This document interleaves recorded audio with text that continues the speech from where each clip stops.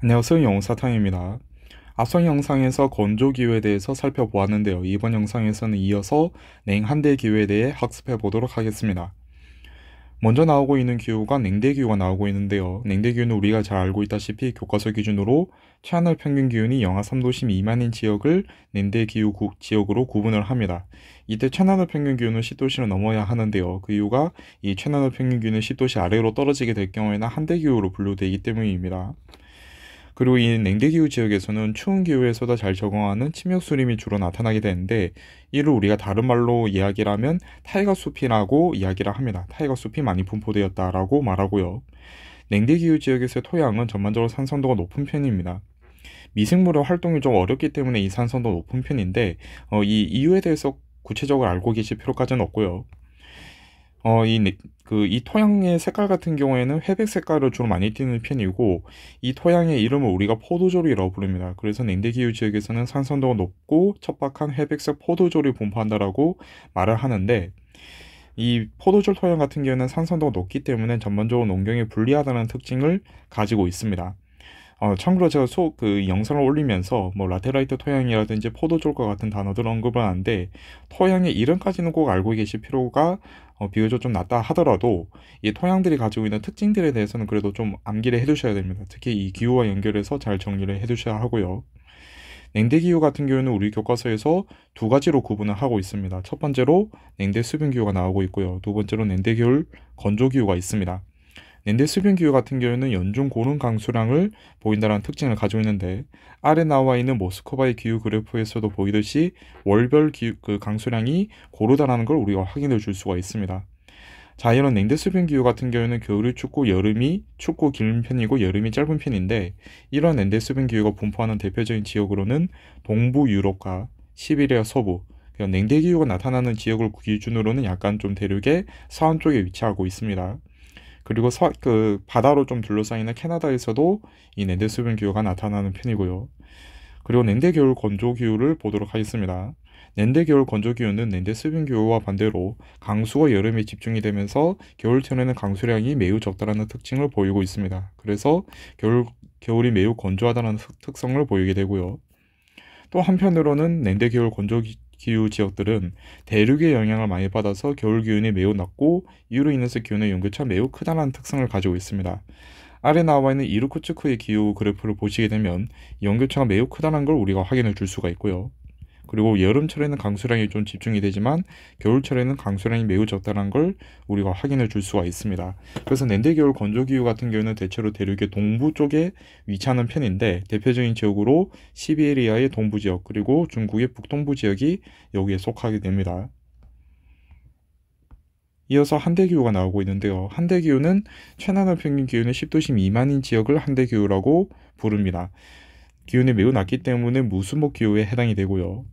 이 한대기후도 우리 교과서에서는 두 가지 기후로 구분을 하고 있는데, 첫 번째로 툰드라 기후가 있고 두 번째로 빙설 기후가 있습니다. 툰드라 기후 같은 경우에는 최나널 평균 기온이 0도 이상으로는 올라가는, 다만 한대기후 지역이기 때문에 10도씨 미만인 최나널 평균 기온이 0도씨 이상에서 10도씨 미만 사이에 위치한 지역을 툰드라 기후로 분류를 하고요. 이 툰드라 기후 지역들은 여름철이 짧게라도 좀 나타나기 때문에 이끼와 같은 지류들이 여름철에 좀 나타난다라고 보시면 되겠습니다. 전반적으로 지표면에는 활동층이 많이 발달을 하게 되는데, 그 아래쪽에는 영구동토층이 분포를 하고 있습니다. 자, 그리고 이 툰드라 기후 지역은 기온이 매우 낮기 때문에 지하로 좀 내려가게 되면은 연중 땅이 얼어있는 형태인 영구동토층이 나타나게 되고요. 이 영구 동토층 위에 지표면으로 올라가게 되면은 겨울철에는 날씨가 춥기 때문에 땅이 얼어붙지만, 여름철이 되면은 기온이 영상으로 올라가면서 땅이 녹아내리는 활동층이 분포한다는 것입니다. 전반적으로 토양층의 발달은 좀 미약한 편인데, 아래쪽에 나와 있는 배로의 기후 그래프를 보시게 되면 최나널 기온이 지금 영상으로 올라가고 있다는 걸 우리가 확인해 줄 수가 있죠. 다만 한대 기후이기 때문에 최나널 기온이 10도씨를 넘기지 못하고 있고요. 대표적인 분포 지역으로서는 북극해의 주변 지역과 일부 고산지대에서 나타납니다.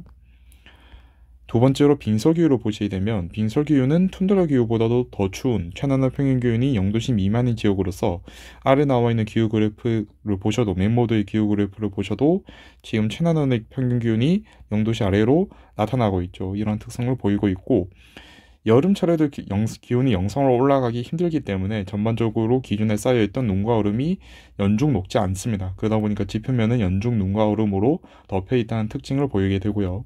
대표적인 분포 지역으로서는 그린란드의 내륙 지역과 남극 대륙을 둘 수가 있습니다. 이어서 빙하지역과 주빙하지형이라는 개념이 나오고 있는데요. 빙하지형이라고 한다면 전반적으로 신세대 제4기 최종 빙기 때 빙하의 영향을 받았던 중고위도 지역이라든지 해발 고도가 높았던 고산 지역을 중심으로 분포를 하고 있고요. 이때 빙하가 침식과 퇴적작용을 일으키게 되면서 빙하지형이 형성되었다고 보시면 되겠습니다. 자, 그래서 우리가 빙하지형은 빙하침식지형과 빙하퇴적지형으로 구분을 하는데요. 빙하침식지형에서 가장 먼저 나오고 있는 지형이 빙식곡이라는 지형이 나오고 있습니다. 이 빙식곡 같은 경우에는 빙하의 침식으로 형성된 U자 모양의 골짜기라고 나오고 있는데요. 골짜기가 이런 식으로 U자 모양으로 생겼습니다. 그래서 우리가 이 이름을 다른 말로 U자곡이라 부르기도 하고요.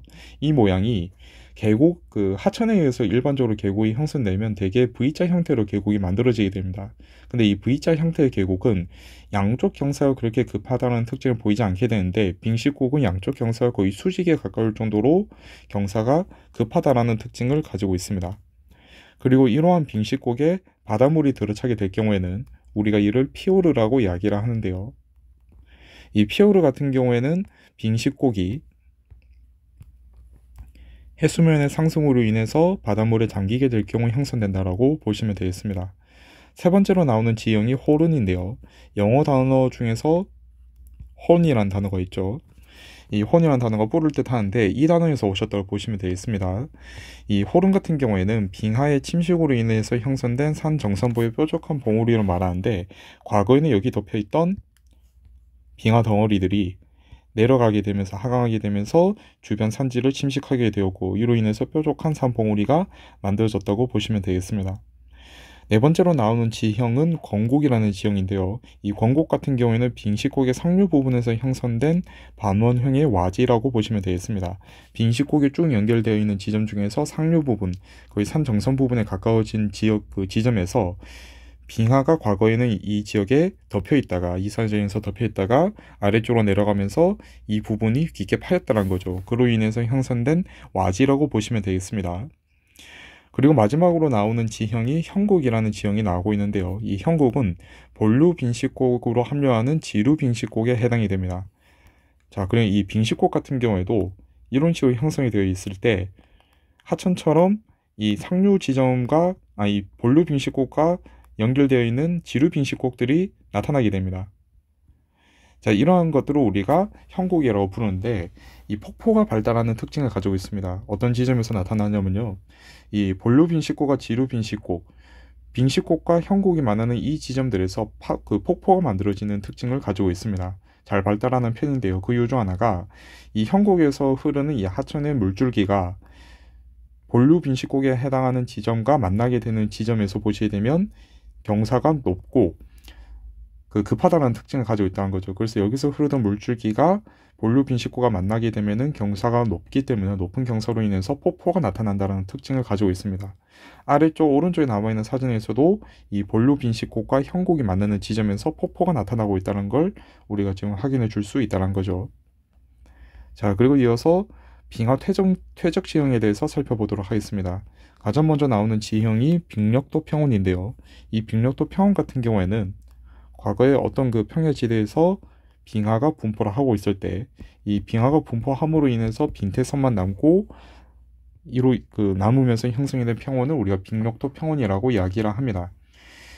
이 빙하가 덮여있지 않은 지역이라고 한다면 나무라든지 식물들이 자라면서 유기물질들이 분포를 할 수가 있는데 빙하 안쪽에서는 나무나 식물이 자랄 수 없기 때문에 이 빙력도 평원지대에서는 유기물질이 부족하다는 특징을 보이게 되고요. 그리고 여기서 언급되는 빙태석이라고 하면 우리가 다른 말로 모래인이라고 부르기도 하는데 자갈이라든지 모래 점토가 빙하의 경계 부분에 퇴적되어 있는 것을 우리가 모래인이라고 이야기를 합니다. 그래서 모래인 같은 경우에는 빙하의 경계 부분과 평행한 구조를 띄면서 나열되어 있고요. 이때 작을 모래 점토, 이 크기가 서로 다른 빙하 퇴적물들이 크기의 순서에 따라서 일렬로 배열이 되는 것이 아니라 크기 순서대로 배열이 되는 것이 아니라 빙하의 경계에서 순서 없이 무작위적으로 섞여 있다는 특징을 가지고 있습니다.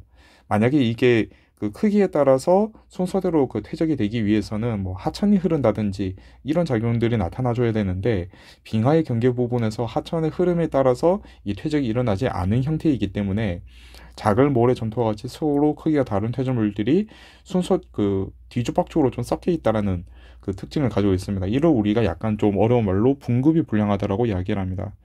이 퇴적 물질들의 크기에 따라서 분류가 안 되었다는 거죠. 그 분류가 불량스럽다, 잘 안 되었다라고 보시면 되겠습니다. 그래서 모래인은 분급이 불량하다는 것도 꼭 알고 계셔야 하고요. 자, 그리고 이 빙력도 같은 그 빙퇴석 같은 경우에는 모래인 같은 경우에는 빙하의 경계 부분을 따라서 퇴적이 되었기 때문에 이 라인을 보면서 우리가 빙하가 어디까지 분포 확장했는지를 알 수 있다는 거죠. 그래서 이 모래인의 위치를 통해 빙하의 분포 범위를 확인할 수 있다는 특징을 또 가지고 있습니다. 자, 그 다음에 세 번째로 에스커라는 지형이 나오고 있는데요. 에스커 같은 경우에는 이 융빙수에 의해서 빙하가 녹으면서 형성이 된 융빙수에 의해서 형성된 제방 모양의 퇴적 지형을 우리가 에스커라고 이야기를 합니다. 자, 그래서 과거에 빙하가 덮여 있을 때 이 빙하가 녹으면서 흐르는 물줄기들이 있겠죠.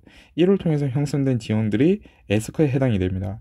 자, 근데 이때는 물줄기가 해발고도 높은 지점에서 해발고도 낮은 지점으로 흘러가는 동안 주변에 있던 퇴적 물질들을 옮기게 되겠죠. 운반을 하게 되는데 이때 무게가 무거운 물질들은 비교적 뭐 하천과 가까운 지점이라든지 아니면 이 빙하와 가까운 지점에 퇴적이 되고 아래로 내려갈수록 그리고 융빙수로부터 먼지역일수록 작은 물질들이 퇴적이 되면서 멀리 이제 퇴적을 시킬 수 있기 때문에 가벼운 물질들은 이로 인해서 에스커 같은 경우에는 모래인에 비해서 퇴적물의 분급이 양호하다는 특징을 가지고 있습니다. 융빙수가 흐르는 과정에서 이 퇴적 물질들을 그 크기에 따라서 무게에 따라서 분류해 줄 수가 있다는 것이죠. 이걸 우리가 분급이 양호하다라고 이야기를 합니다. 자, 그 다음에 네 번째로 나오고 있는 지형이 드럼린이라는 지형이 나오고 있는데요.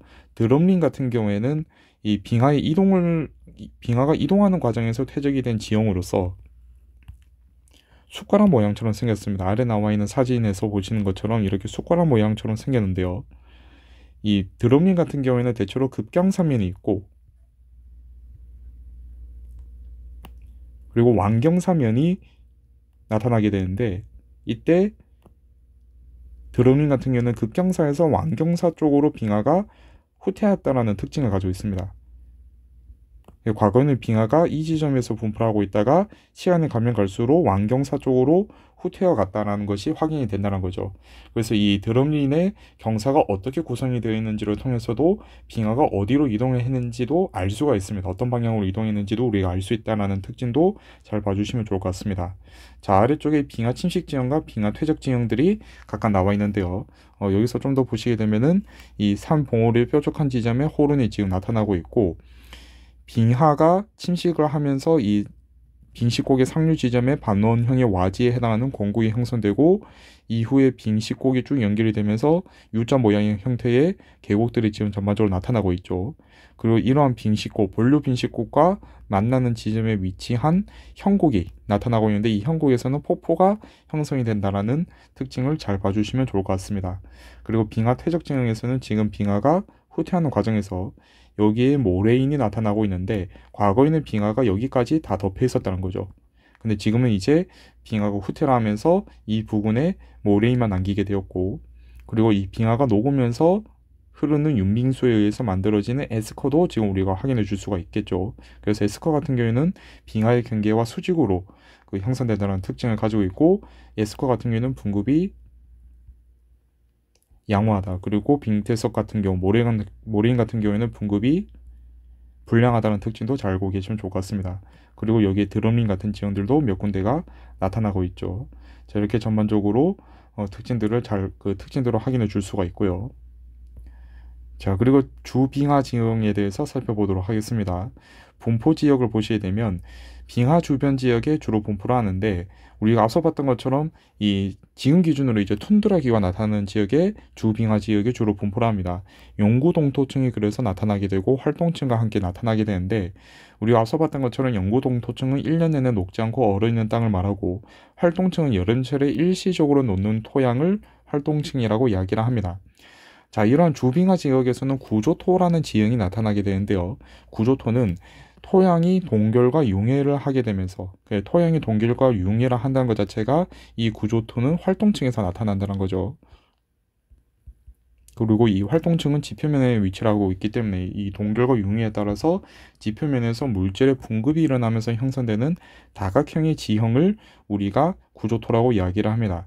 아래쪽에 그 사진을 보시게 되면 혹시 그 황공포증이나 이런 거 좀 있으신 분들은 약간 좀 징그러우실 수가 있는데, 이 아래쪽 오른쪽에 나와 있는 사진이 구조토에 해당이 됩니다. 지금 보시게 되면 조그만 그 물 웅덩이 같이 생긴 게 여러 곳에 분포를 하고 있죠. 이 구조토 같은 경우에는 이 지표면에 있던 뭐 크고 작은 이 돌멩이들이 토양이 얼고 녹고를 반복하는 과정에서 이 토양이 얼게 될 경우에는 수축하게 되고 녹을 경우에는 확장하게 되는데, 또 반대로 이제 수분 같은 경우 수분 같은 경우에는 얼어붙게 되면은 이 크기가 부피가 확장되는 특징을 가지고 있습니다. 그러니까 토양에 녹아 있는 이 수분들이 기온이 내려가게 되면서 얼게 되면은 부피가 확장되게 되는데, 이 수분이 확장하는 과정에서 얼음이 확장하는 과정에서 이 큰 돌멩이들을 밖으로 밀어내는 특징을 가지고 있습니다. 그래서 이 큰 돌멩이들이 밖으로 밀어내고 또 이게 녹는 과정에서 아래로 떨어지는 과정들이 그 반복이 되면서 물질의 분급이 일어나게 됩니다. 무거운 물질들은 밖으로 밀려난 다음에 그 토양이 다시 녹게 되면은 아래쪽으로 좀 떨어지게 되고 굴러 떨어지게 되는 과정들이 계속 반복을 하게 되면서 이 구조토가 형성이 되는데, 이 구조토 같은 경우에도 형성되는 과정에 대해서 너무 깊이 알고 계실 필요까지는 없습니다. 이 동결과 융해에 따라서 물질의 분급이 나타난다는 것 정도만 확인해 주시면 그렇게 큰 문제는 없고요. 그 다음에 다섯 번째로 이 지역에서는 습지와 호소도 나타나게 되는데, 여름철에 활동층에 나타나고 있던 얼음들이 녹게 되면서 연못이 작은 연못들이 몇 군데 분포를 하게 됩니다. 이런 특징들을 전반적으로 가지고 있고요. 자, 그리고 솔리플럭션이라는 형상에 대해서도 또 한번 살펴보도록 하겠습니다. 자, 우리가 솔리플럭션이라고 한다면 활동층에 있던 이 수분이 겨울 동안에는 응결되어 있다가 여름철에는 녹으면서 녹게 되는데, 이때 토양에 있던 물질들까지 녹이게 되면서 활동층이 약간 좀 젤리처럼 흘러내려가는 현상을 우리가 솔리플럭션이라고 이야기를 합니다. 그래서 이 토양에 스며들어 있던 수분이 겨울철에는 얼어붙어 있던 상황에서 여름철에는 녹게 되는데, 이렇게 될 경우에 약간 진흙탕처럼 토양이 씻겨 내려가는 현상을 우리가 솔리플럭션이라고 이야기를 한다는 것이죠. 그리고 냉한대 기후의 주민 생활에 대해서 살펴보도록 하겠습니다. 먼저 냉대 기후 지역에서는 우리가 앞서 봤던 것처럼 냉대 기후 지역에서는 타이가라는 침엽 수림이 주로 나타나게 되는데, 자, 그런 측면에서 이 냉대 기후 지역은 통나무를 좀 많이 구하기가 쉽습니다. 그러다 보니까 이 가옥이 통나무를 재료로 지어지는 경우들이 좀 많은 편인데요. 왜 우리가 뭐 북유럽이라든지 이런 것들 산타클로스 뭐 사는 뭐 집 이런 거 우리가 연상을 해보면 통나무 집들이 많이 나오죠. 그런 것들을 보시면 될 것 같고요. 그리고 농목업 지역 같은 경우에는 냉대 기후 지역 중에서도 남부 지역은 그래도 기온이 조금이라도 좀 더 온화한 편이기 때문에 보리라든지 밀, 옥수수와 같은 곡물 재배를 많이 하는 편이고, 이때 가축 사육도 함께 이루어지는 편입니다. 그리고 타이가수, 침엽수림이 나타나는 그 지역들이 많은데, 침엽수림이 나무가 진짜 올곧은 편들이 많습니다. 굽어 있는 형태들이 많지 않은 편이라서 임업이 좀 많이 발달되어 있습니다. 침연수림을 활용한 임업이 좀 발달하는 편이 나타난다라고 보시면 되겠고요. 자, 그리고 한대기후 지역에서는 가옥 같은 경우에는 이 지역에서도 고산가옥이 나타납니다. 근데 이 고산가옥이 나타나는 이유가 토양층이 융해가 되는 과정에서 건축물이 붕괴되는 것을 막기 위해서 이 고산가옥을 짓는 경우들이 조금 나타나게 됩니다. 자, 그럼 이 부분 같은 경우에는 예를 들어서 이 아래쪽에 영구동토층이 나타나게 되고, 이 위에 활동층이 나타날 때, 우리가 만약에 이 지역에서 집을 짓는다고 할 때 이 활동층에다가 바로 집을 짓게 되면은 이 이 활동층이 여름철이 되면 솔리플렉션이라고 해서 흘러내려가는 현상이 나타난다고 말씀드렸죠. 지반 자체가 여름철이 되면 약해지기 때문에 집이 무너질 가능성이 높습니다. 그래서 이 한대기후 지역에서는 집을 지을 때 이렇게 기둥을 박아둔 채로 영구 동토층에다가 기둥을 박아둔 채로 이 위에다가 집을 짓습니다. 이렇게 되면 영구 동토층은 여름철이 되더라도 녹아내리지 않고 집안이 견고하기 때문에 집이 무너지지 않는 효과가 나타난다는 것이죠. 이러한 가옥 형태가 나타나게 되고, 농목업 같은 경우에는 기온이 낮아서 농업은 불가능한데 북극해 연안에 거주하는 뭐 이누이트라든지 라포족과 같은 원주민들은 순농 유목이라든지 소업 어업 활동을 주로 많이 한다라고 보시면 되겠습니다. 그리고 빙설기후 지역 같은 경우에는 뭐 식생이 자랄 수가 없고 뭐 눈으로 연중 덮여 있기 때문에 인간 거주에는 매우 불리한 특성을 가지고 있는데, 최근에는 뭐 자원 개발을 한다든지 항공 및 해상 교통로로서 활용한다든지 과학적인 지식을 얻기 위한 목적으로서 또는 군사적 목적으로서 기지들이 많이 건설되고 있습니다. 우리나라 같은 경우도 뭐 장보고 해양과학기지 같은 곳들은 많이 건설해서 이제 진출하기도 하고요. 이런 특징들이 나타나고 있다라고 보시면 되겠습니다. 자, 그럼 맨 마지막으로 냉한대 기후가 어떤 지역에 분포하고 있는지를 보면서 이 영상을 마무리하고자 하는데요. 먼저 냉대 기후 지역 중에서 습윤한 지역들을 보시게 되면 대체로 약간 그 시베리아의 서부 지역, 시베리아를 서부와 동부로 나누어주게 될 때 이 서부 지역에 이 수분 기후가 나타나게 되고, 캐나다 지역에 점이 찍히더라도 이 냉대 수분 기후에 해당하는 지역이라고 보시면 되겠습니다. 그리고 겨울 건조가 나타나는 지역은 대체로 시베리아의 동부 지역들 에 해당한다. 중국의 북동부 지역이라든지 시베리아의 동부 지역에 겨울 건조 기후가 나타난다라고 보시면 되겠고요. 그리고 또 한대 기후로 넘어가서 한대 기후의 툰드라 기후 같은 경우에는 약간 좀 바닷가에 걸쳐서 표시되는 지역들이 있습니다. 바닷가 근처에 위치하게 될 경우에는 기온이 겨울철에 크게 떨어지지 않는 특성이 나타나게 됩니다. 그러다 보면 기온은 어느 정도 좀 유지가 되는 편이 있어서 여름철에는 이 기온이 좀 영상을 넘어가는 지역들이 나타나게 되거든요.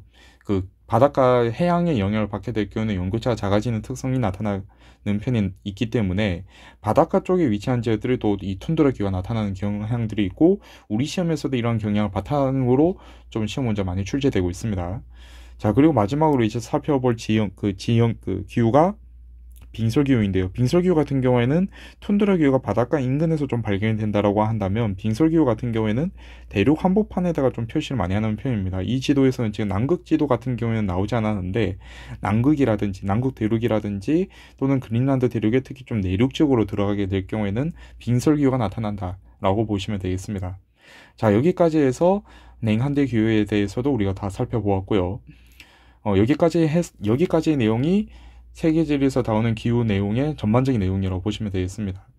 이 기후 같은 경우에는 세계지리에서도 제일 어려운 내용이기 때문에 뭐 복습이라든지 이런 것들도 어느 정도 좀 잘해 두시는 것이 좋다라고 생각이 들고, 또 제가 이 각 기후대별로 분포하는 지역들을 정리를 해뒀는데, 결과적으로 기후 문제는 지도에 찍혀 있는 지점이 어떤 기후에 해당하는 지역인지를 우리가 알 수 있다고 한다면 문제를 접근하기가 매우 수월해집니다. 그래서 이 분포 지역들 같은 경우에도 한 번씩 좀 살펴보시면 좋겠다라는 말씀을 드리면서, 세계지리 같은 경우에는 다음 영상에서는 대지형에 대해서 수업하는 내용으로 다시 한 번 더 인사드리도록 하겠습니다. 이상 영웅사탐이었습니다. 감사합니다.